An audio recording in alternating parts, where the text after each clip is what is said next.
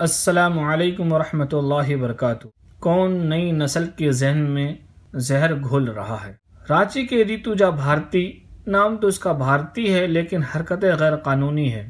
इतनी कम उम्र में इसके दिमाग इतना शार्प कैसे हो गया।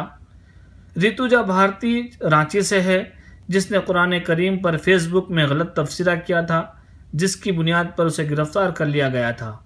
कोर्ट ने उसको इस बुनियाद पर ज़मानत दी है कि वो कुरान करीम के 5 नुस्खे को तकसीम करे, लेकिन कोर्ट से बाहर आते ही उसने कोर्ट के आदेश को मानने से मीडिया में खुलकर इनकार कर दिया।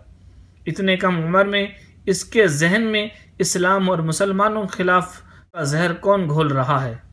ज़रूर इसके पीछे मुनज़्ज़म तरीके से संगी अनासिर काम कर रही है, वरना इतनी कम उम्र में ऐसी बात करना एक आम बच्चे या बच्ची की नहीं हो सकती है। मीडिया इतनी इज्जत और प्यार से बात कर रही है, जबकि वो जहर उगलती दिखाई दे रहा है। कोर्ट के आदेश का भी इनकार कर रही है। अगरचे इसकी जगह पर कोई मुसलमान लड़की होती, अब तक उसे देशद्रोही करार दे दी जाती, उसके घर वालों पर तशद्दुद किया जाता और पूरे मुल्क में उसकी मजम्मत की जाती, उसे जान से मारने की धमकियां भी दे दी जाती। लेकिन गोदी मीडिया का दोहरापन सबके सामने है। इसे कौन सी बात को हाईलाइट करना है और किस बात पर डिबेट करना है।